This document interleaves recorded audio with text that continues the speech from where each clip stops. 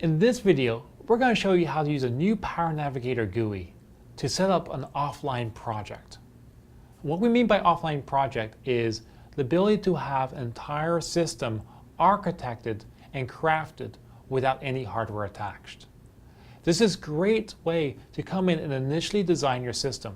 You can play around with different input, output voltages.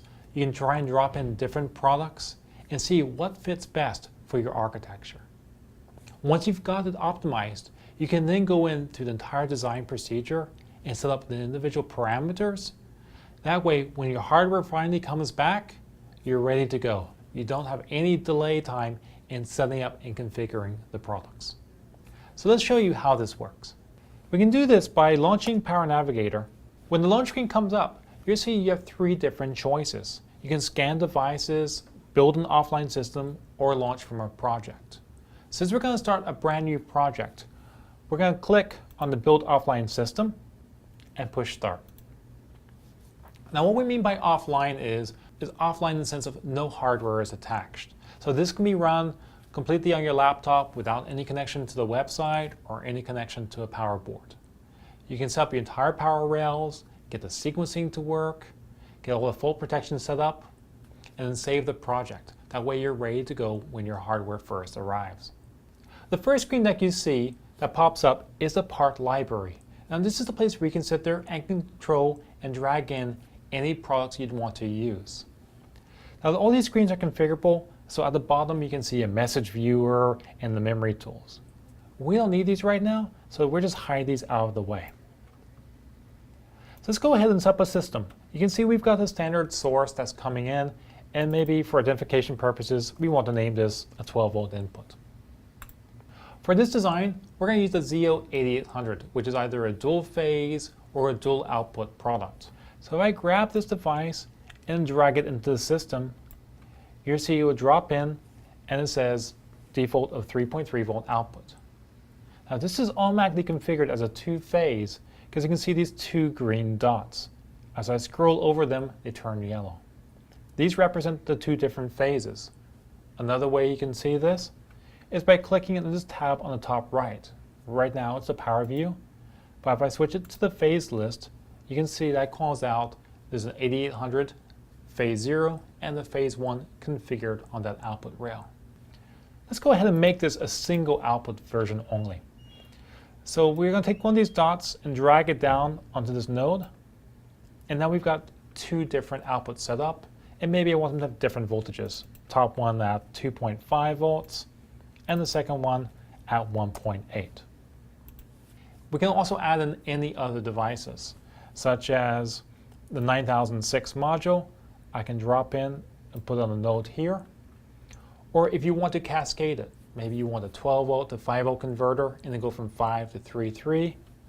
I can sit there and do that by grabbing this and dropping it anywhere else on the schematic. So let's set this up for 12 to 5 and now 5 to 3.3. So this completes a power tree, which gives you a quick glance at how your system is going to be architected. Now to go in and set up each individual projects, we can go in and use the monitoring view, the sequencing, or the command tools. So let's go ahead and go into the monitoring view and set up the devices. So clicking on that tab, you can see it comes up and it says rail number 1. And that's because that's the one that's highlighted. You can see that blue box that rings rail number 1. If we click on any other rail at the bottom, we can change which one's monitored, rail 0, rail 1, or rail 2. If you want to have them all displayed, all you need to do is hold the control key down and click on all the different rails. Now, the first place to start here is rail 0, rail 1, rail 2. It's not the most descriptive term. And it's easy with multiple rails to get confused on which one's your memory, which one's your CPU core, which one's the FPGA. So we could just easily go in and name them. Just going into the power view, we can double click, and where it says rail 0, maybe this is the CPU. Rail 1, double click on this, maybe this is an I/O. And then rail 2, we can name this anything else. Maybe it's a memory rail. But whatever you need, you can just type it in. So now we have all the rails appropriately labeled. We can go through and we can configure the device. So what you see on the monitoring view is the ability to go in and click on any of these parameters. output voltage, output current, or even the input current. If you click on that little dialog box at the bottom right of each one, it will launch up the different parameters around that command. So in this box, you can see we have all the parameters related to the output voltage that can be easily adjusted at our fingertips. This selects two things, the parameters of the device and also how you want to see the readout on the GUI. So for instance, at the bottom you can see the output voltage is 5 volts. Well, maybe we want to increase this to 5.5 volts. And you can see how it updates it on the screen, on the monitoring view, and also on the power map view. So everything is linked. You have multiple places you can change it.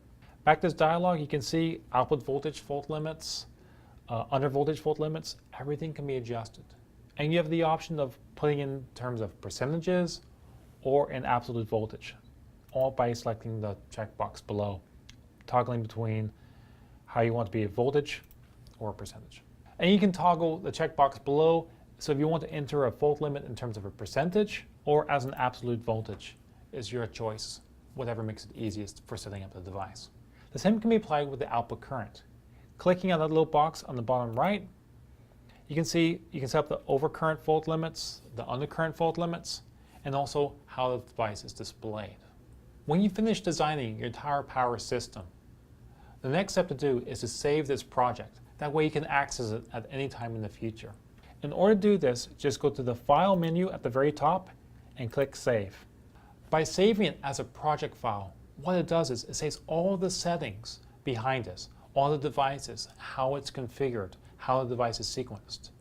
That way you can design and tweak the entire system offline without hardware and have it perfectly ready for when your boards come back from PCB house. Now behind all these products, there's a lot more parameters that can be individually tuned and adjusted. Now these aren't all displayed just from a complexity, but if you'd like to go in and tune each one of these, there is a mode called the command line tool. And in the next video, I'll show you how to use this.